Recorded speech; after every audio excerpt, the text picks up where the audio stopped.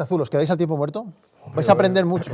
Vais a aprender mucho. Teníamos muchas ganas y nos ha costado mucha entrevista, pero nos ha hecho una tremenda ilusión. Pues que paren las máquinas del fútbol sala porque tenemos que echar la vista atrás, echar la vista adelante, hablar con Cego. Cego es un entrenador de fútbol sala, algo más que un entrenador de fútbol sala y padre de muchos futbolistas que juegan al fútbol sala. Así que no os perdáis la tertulia, que nos ponemos ya con ello en nuestro tiempo muerto. Bueno, pues seguimos en el tiempo muerto, aquí en Pista Azul, con una entrevista hoy muy especial. Una entrevista, chicos, que yo creo que nos hacía mucha ilusión a todos. Un entrenador que ha pasado por Brasil, que ha dejado huella en Italia, que ha dejado huella en España. Ahora nos pondremos un poco sobre la pista, Cancho, pero tenemos el placer de saludar hoy aquí en Pista Azul a Cego. Cego, ¿cómo estás? Encantado de tenerte aquí. Gracias por la oportunidad. Para mí es un placer estar aquí. E é uma oportunidade que tenho de exponer um pouco de minha vida, um pouco de lo que hago. E gracias por esto, por la invitación. Cancho, referente para muchos entrenadores, Jesús Velasco decía en unas entrevistas hace tiempo, referente también en Brasil, referente para el fútbol sala mundial, cómo cambió algunas cosas de ese fútbol sala, Caja Toledo aquí en España y ponnos más sobre la pista, Cancho. Sí, por una vez voy a estar de acuerdo con Gustavo, lleva años diciéndome de verdad, a ver si un día conseguimos que venga Cego.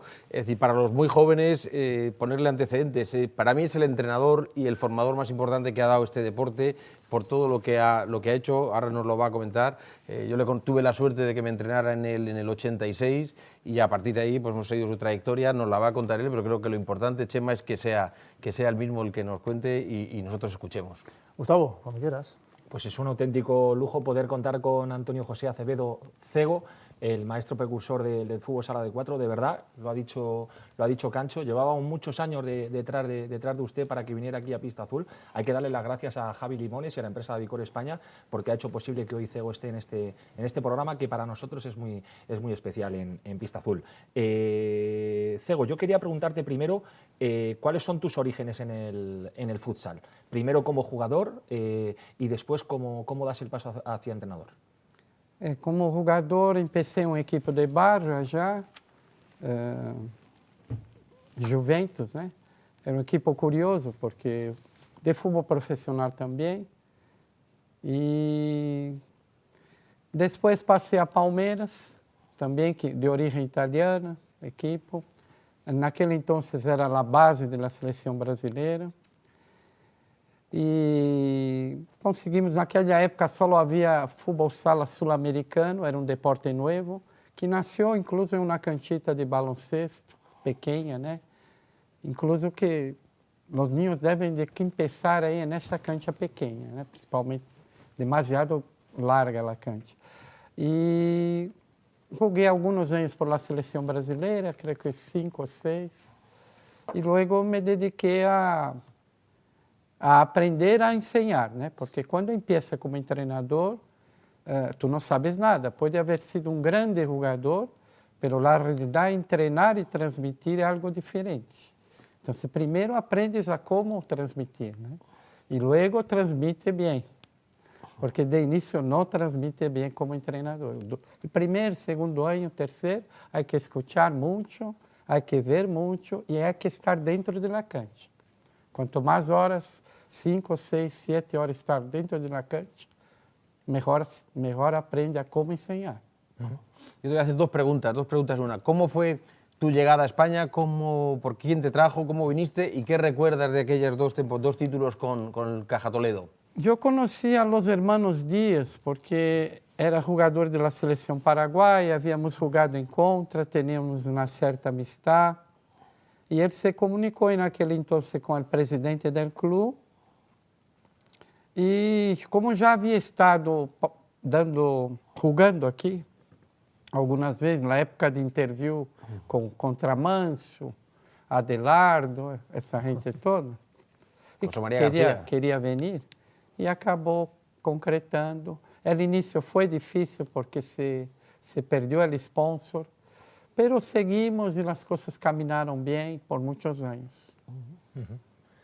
Ahora mismo, Cego, hay que decir que estás afincado en Estados Unidos, pero tu experiencia, nos decías antes de empezar que te consideras ciudadano del mundo, Brasil, Portugal, Italia, Rusia, Vietnam, Tailandia, Japón. allá donde haya fútbol sala y te llamen, tú vas a enseñar. Sobre todo, para que crezca el deporte, tiene que ser masificado. Primeiro, que os niños les gustem jogar, né? Isso que temos que entender bem, né? Que incluso me assusta um pouco com o que estou vendo hoje, em Brasil, em Espanha, em Portugal. Primeiro, temos que o niño vá com gosto ele aprende. Se ele gusta, aprende. Quando sai contento, aprende. E há demasiada mecanização, demasiado... E o niño não sai contento, né? Não sai satisfeito e não melhora. Então, estivemos em todos esses países aí, muitíssimos, sobretudo com os treinadores de base, né? Eu creio que minha vocação está para isso, né? Maior é ser treinador de pueblo, né? Essa coisa, élite, não tenho que estar na cancha, tenho que sentir a gente e tenho que fazer com que esses chicos cresçam contentes e felizes e que estejam em um ambiente familiar. E aí podemos fazer coisas bonitas, né? Quando hacemos o que Deus quer, Ele faz os milagros. Y así va. Hoy Cego, una historia que ni siquiera Gustavo ni Chema conocen, que a mí me gustaría que saliera por primera vez. Poca gente sabe que fuiste durante unos días seleccionador español de fútbol sala. Cuéntanos cómo fue aquella propuesta que te hicieron para el Mundial de Australia y luego no funcionó. ¿Qué pasó en aquellos días? Mucho se comentou, eu me acordo que você comentou que eu apresentei uma nómina em Servideta e não foi bem assim, não foi uma conversa informal. Lo que sí dejó la gente pálida allí, pálida, fue los nombres que había en la Servideta. Eso le imagino. Que era, y uno de ellos era Llorente, ¿no? Que tenía 16 años. Y dejaste muchos... E é muito complicado. Em qualquer parte do mundo que vá colocar um chico a jogar, o Ricardinho, Llorente, em alto nível, sempre me ocasionou algum problema e a gente não está acostumada, né? Porque é algo raro. Mas uno que vive o dia a dia aí sabe que tem condições, né? E foi isso o que passou. Quando eu vi que, incluso quando me perguntaram, ou seja, se eu era o treinador, teria que aceitar o que eu queria, né? E aí empezó, no solamente era meter a Llorente, que es verdad, sino a los que dejabas fuera también, es decir, que dejaba fuera, havia era un equipo muy alguns revolucionario. jogadores que eu creio que já tinha que usar a juventude com a experiência. Ou seja, se tivéssemos um equipo já hecho, adulto, com condições muitas de pelear, pero se juntávamos, necessitava de mais velocidade. Para surpreender, necessitava de mais velocidade. E sabia que 3 ou 4 chicos aí tinham muita qualidade. E logo demonstraram, né? Não tardou muito e demonstraram. Cego, preparando esta entrevista he leído unas declaraciones tuyas en las que aseguras que quieres que el futsal tenga un lado social y que no sea tan negocio como es a día de hoy. ¿Esa es tu filosofía? Exatamente. Se um equipo pequeno quer chegar arriba e ser campeão, tem que ter uma base melhor que os equipos grandes, né? Em minha época de jogador, ou até aqui dentro, quando eu fui treinador, os presidentes não tinham muito tempo, como não tinham muito tempo antes, mas veiam os treinamentos, me acompanhavam. E se tu perguntar, supongamos hoje, a um treinador de élite, se conhece os chicos infantis, sabe o nome deles? Não vão saber. A maioria não vai saber. Me compreende? Então, há uma descoordenação aí. E isso afeta o futuro. Hoje, sinceramente, já vi seleções espanholas melhores, mas os erros se cometem e se paga adelante. Então, quando cuidamos bem da base aí, os chicos estão aí, vamos melhorá-los, né? Vamos ser treinadores artesanos. Não sabe visão de jogo, domínio de balão, passe, movimento, né? Diário com eles, fazê-los acreditar, fazê-los ter fé. E aí a coisa caminha rápido, Deus meu, a coisa caminha. A gente diz, isso tarda muito, porque eu tenho que ganhar. E isso é rápido. não consigo convencer a gente que quando um jogador tem melhor qualidade em uma semana, pode decidir um partido amanhã, depois, né? Agora, há que ir a los treinadores de pueblo, não é que estar parado esperando que eles venham a nós outros. Eles já têm problema de conseguir um baloncito para os niños, fazer um apoio. Vamos a eles, vamos ajudar a eles, logo vai sair muitíssima qualidade aí, né? E bueno, e às vezes vou à cancha, quando me pedem vou. Aqui, já, às 10 da noite, vamos hoje, às 10, já vim assim preparado para sair de aqui e já estar aí. Então, temos que buscar a essa gente, não? E dizer-lhe, isso é distinto. Haga o niño feliz, primeiro. Não dê 30 minutos, 1 hora, 30 minutos de uma jogada tática e o niño sai aí com aquela cara que não lhe agradou muito, né?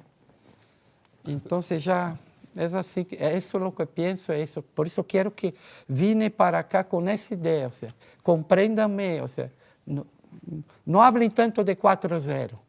Vamos falar primeiro da base, ótimo, vamos falar também depois disso. Mas primeiro vamos ter qualidade, vamos buscar e vamos ter uma função social. Vamos ser distintos a Futbolons. Este Chema es cego en estado puro. Es decir, que empalma un poco con la pregunta que te quería hacer. Yo creo que eres el último romántico que existe ya de este deporte, es decir, eres la persona menos materialista a la hora de cobrar por todo lo que enseñas. ¿Te has sentido engañado alguna vez o utilizado? Mira, quando tu decides por algo, importante é saber o que vai ganhar e o que vai perder. Quando eu decidi de ser um treinador formador, eu sabia que não poderia ter muita ambição econômica, né? Financeira. Tinha que ser, porque não iam me dar compreender que... E eu tampouco dije, bueno, às vezes deixamos de fazer coisas bonitas porque nos apegamos demasiado a las coisas materiais, né? Então, aí deixamos de fazer coisas. O ser humano deixa de criar e deixa de fazer coisas lindas. Então, eu nunca me arrependi, não. Às vezes não cobrava, às vezes me custava um pouco, pero cobrava pouco e que passava? Quem cobra pouco tinha que gastar pouco. Então, é um bom ahorrador. E agora posso ajudar meus irmãos que ganhavam mais que eu. E meus sobrinhos que querem uma universidade e outra. E mando quase todo o dinheiro para allá, não? Que ganho agora em América, né? E nos sítios também. Em Argentina fui ganhando $300 ao mês e ahorrava. Se mirar. ¡Qué capacidad! En Newell's. Jugó usted en Newell's, sí. Hablando de todos los sitios, ahora ha dicho usted, que ya lo hemos recordado, que está en Estados Unidos, pero también ha tenido una trayectoria muy importante en Asia, donde hay tanto material humano, tarde o temprano, si se trabaja bien la base, acabarán alcanzando a las superpotencias de fútbol sala. Es decir, por ejemplo, Argentina lo ha hecho a nivel mundial, Portugal es campeona de Europa, vemos el crecimiento de Francia, vemos como Japón, Tailandia también empiezan a tener equipos respetados, todo se iguala, pero trabajando la base, ¿no? Trabajando la base. Sin eso es imposible. Sin eso es imposible. O sea, si se trabaja bien la base, va a aparecer gente de calidad a los montones, lo que hay que conseguir no es mucha cosa.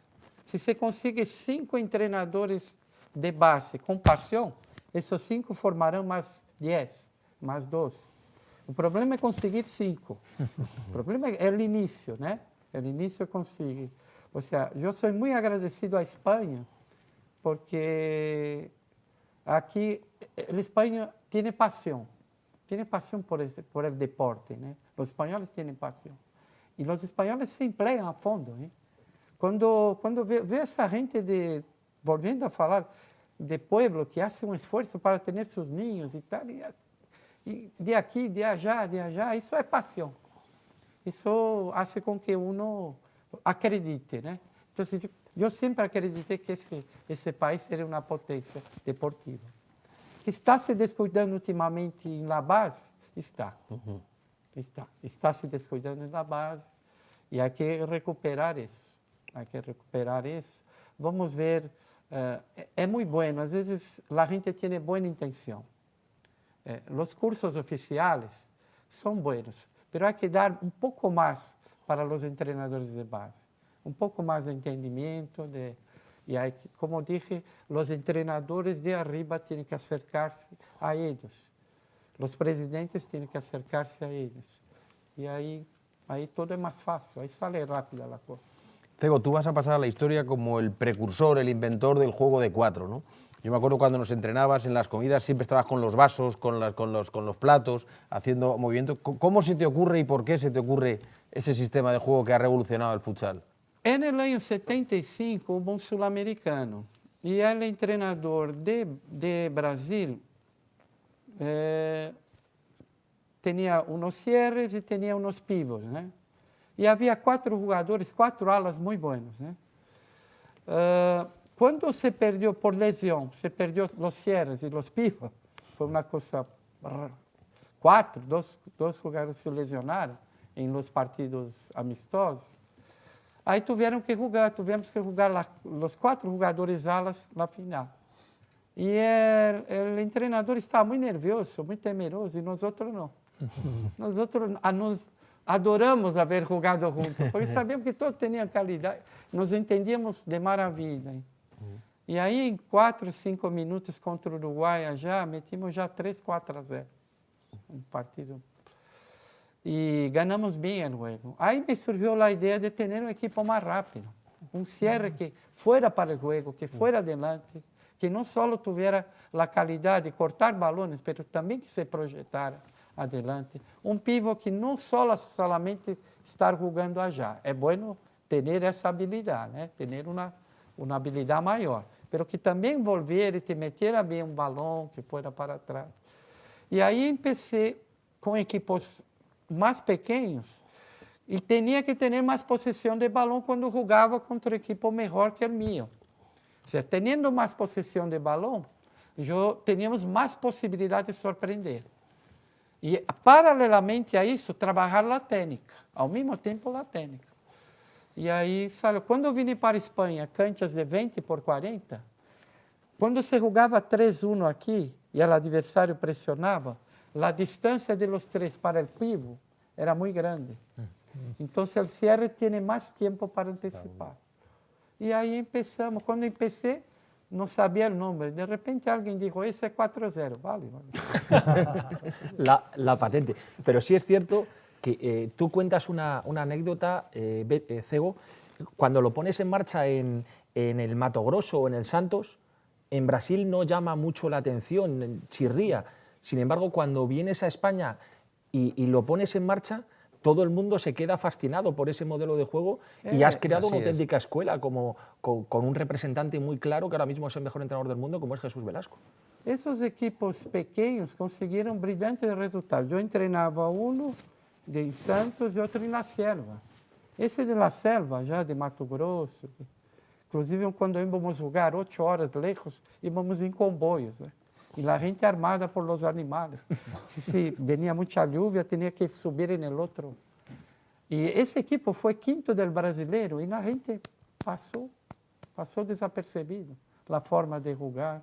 Sin embargo, aqui me surpreendeu porque de início a gente disse que era algo distinto, né? Percebeu, se deu conta que era algo distinto.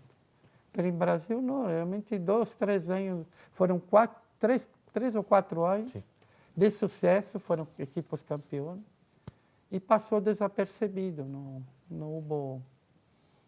Pasó desapercibido, no entendí por qué.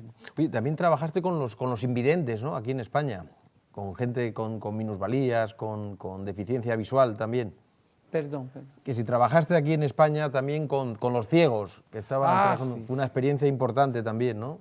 Entrenar. Entrenávamos a la medianoche, para ellos era medianoche o mediodía, ¿no? No es mucha diferencia.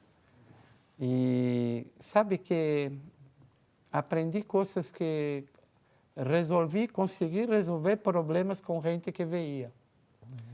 Me acuerdo de Pilita, né, de uma jogadora que ela tirava muito forte e não la conseguia melhorar porque a lo mejor me apresurava muito, só tira fuerte, tira fuerte.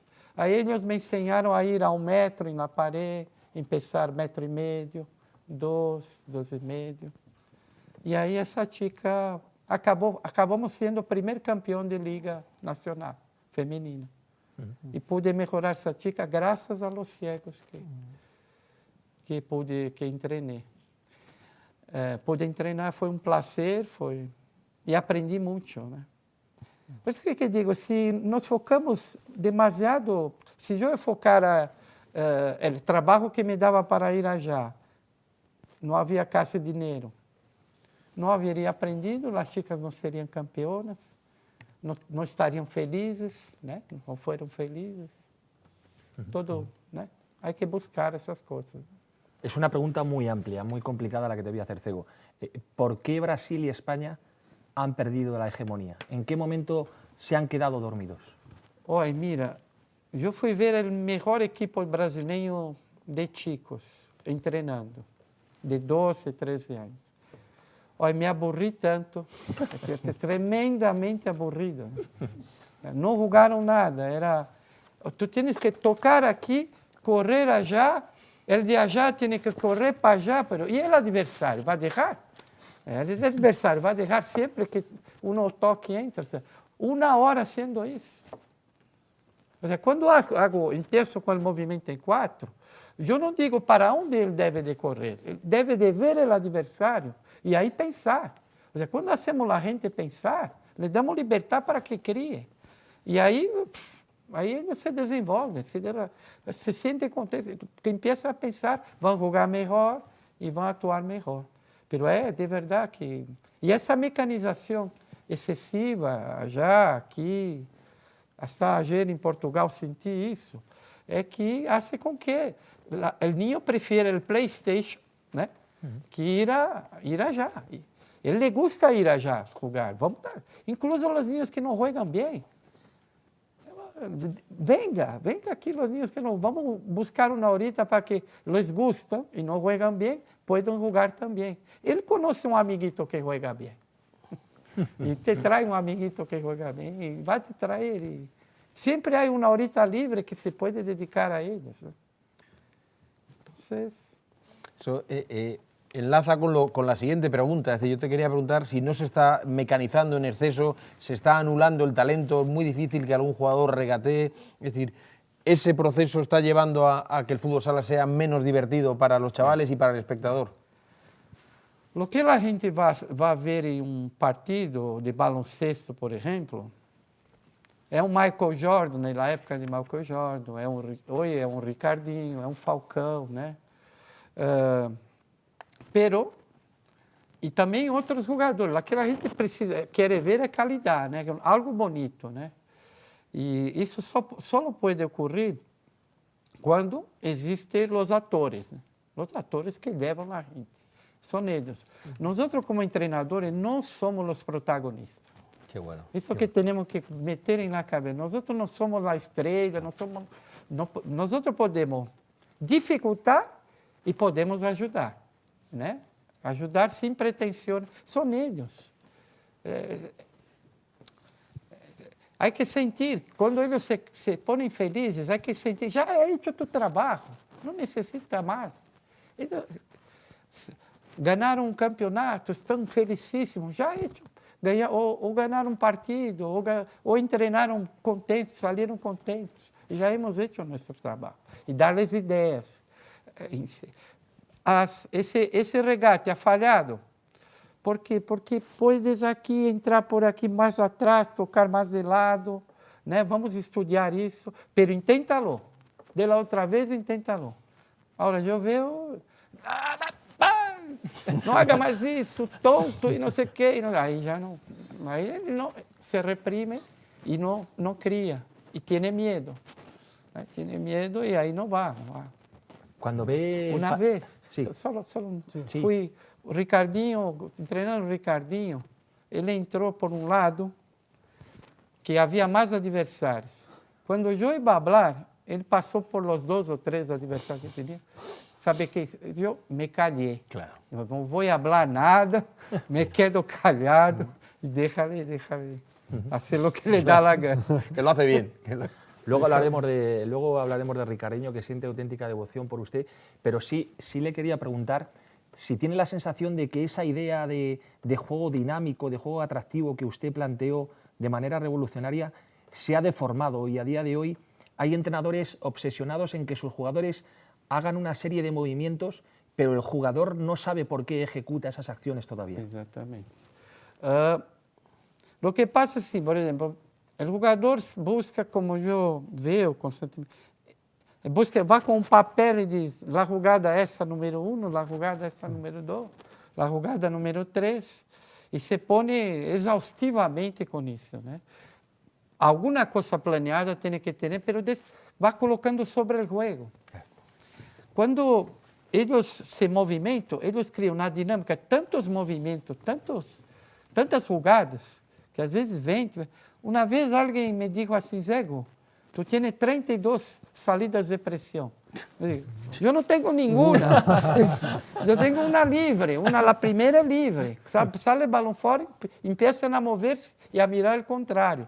Tem 2, 3 segundos até que o porteiro... A primeira e mais efetiva, que me dá mais resultado, é a livre. E se quedou assim meio surpreso. E eu também, né? 32, já imagino. Sí. Chicos, al final vienen las preguntas, que tenemos. Venga, me quedan 2, yo voy a hacer 2. Las reglas, ¿tú crees que las reglas son peores que las que había hace 20 años, que ayudan menos a ese juego tan talentoso que tú propones? Algunas sí ajudaron, algunas del fútbol de salón antiguo ayudó, algunas no me gustaron, pero porque soy... Algunas deverían ser un poco distintas, né? A mí, yo me gusta el juego 4 contra 4. Né? No me gusta cuando pone un jugador a más, se pierde la movilidad y tal. Y no entiendo por qué siempre 3-2. ¿Por qué no puede ser de vez en cuando 4? Es una opción, 4-1, otra cosa. Nadie lo hace. ¿Né? Que no hagan tanto una cosa apenas. ¿Né? É bueno, 3-2, é bueno, pero vamos variar para surpreender mais. E o porteiro. O que mais perjudica o jogo é quando um equipo consigue sair da pressão, jogando, e vem o porteiro de frente e se adelanta. Aí tem que superar assim. Se colocasse, por exemplo, o porteiro só pode receber de seu próprio jogador, já anularia isso. Para mim, não deveria nem sair. Para mí no debería, es falta. Ya somos 2. No debería ni jugar. Ahora, ya que eso, gente, digo a los entrenadores, ya que es así, entrene los porteros con el pie. Para dar un pase. Infelizmente, y vamos a luchar para que cambie el reglamento. ¿No? Pero no, ya que no van cambiando, porque parece que va a cambiar y nunca cambia. En 2013, cuando llegó Ricardinho a España, la Liga Nacional de Fútbol Sala realizó un documental que se llamaba Magia en sus pies. Y en ese documental el astro portugués confesaba su admiración por usted y aseguraba que fue clave unos entrenamientos que tuvo Zego con los jugadores del Gramidense y Carolina Silva, con la que ha tenido oportunidad de reencontrarse estos días en Carcabelos. Cuando usted entrenaba a Ricardinho, ¿ya veía que podía llegar a ser uno de los mejores jugadores de la historia? Seguramente, pero la gente no veía. Hablé con el presidente de mi equipo allá, del Freixeiro. La primera cosa que me dijo, estás loco, un niño y tal. Y Carolina, primero ofreció, yo y Carolina, ofrecemos al presidente. Ya entrenaba, ya les hice entrenar con el equipo adulto. Os jogadores até gostavam de jogar com ele. Pero a verdade é que nadie hacía muito caso, né? Quando o niño é pobre, nadie quer ser o padre, né? Aí logo depois todos querem, né? O presidente logo depois se puso a mão na cabeça e hasta agora está arrependido, né? Antes de entrar, le he dicho una serie de nombres, hemos estado hablando de muchas leyendas, Manuel Tobillas, Falcao, Ricardinho, me ha dicho taxativamente que si usted tuviera que fichar a un jugador para su equipo, siempre sería Ricardinho. Para mis ojos, Ricardinho é o mais completo de todos, né? Atrás, quando não tinha o balão, recuperando balões, que pouca gente habla disso. E nesse ponto, me gostava muito Javier Rodríguez. Javier Rodríguez, para mim, foi um dos melhores que houve aqui. João. Manuel Tobias, em sua boa época, não tanto quanto vindo para cá, mas em sua boa época, se eu tivesse que elegir, Falcão foi importantíssimo também. Agora, eu via Manuel Tobias e Ricardinho mais completos, né? Atrás, adelante, roubando balões, fazendo com que o companheiro juegue, não só ele, não? Né? Fazendo com que o companheiro passe, uma cobertura, quando um companheiro é regateado, vai já Ricardinho, né? Isso um pouco não veio em Falcão, né? Um pouco não veio em Falcão, pero... Yo termino. Cancho, la última pregunta. La más difícil de todas, la pregunta más difícil. ¿Cuántos churros y porras llevas desde que estás aquí en España? Foi quando eu cheguei aqui, e a primeira vez, quando eu chego já vou a la porra. Né? Quando chegar depois, já vou porra com chocolate e la tortilha, las migas. Aí mato, porque luego vou ter que volver a América y no voy a ver. Seguramente no. Un auténtico lujo. Un lujo tenerte aquí, Cego. Muchas gracias. Te doy la enhorabuena por esa memoria que tienes prodigiosa para contar todo eso que has vivido en el fútbol sala, por ser el padre de tantos niños pobres que ahora han triunfado en el fútbol sala y van a triunfar y les pones sobre la pista, y de tantos entrenadores a los que das consejos que seguramente son muy necesarios ahora en el fútbol sala. Te agradezco que estés aquí, que vuelvas cuando quieras, que sigas aportando al fútbol sala todo lo que sabes. Gracias, Cego. Graças a ti, foi uma oportunidade essa de poder falar, né? Às vezes também eu às vezes me arrependo de não buscar a gente, né? Para que me dêem essa oportunidade de falar e dar minha opinião, né?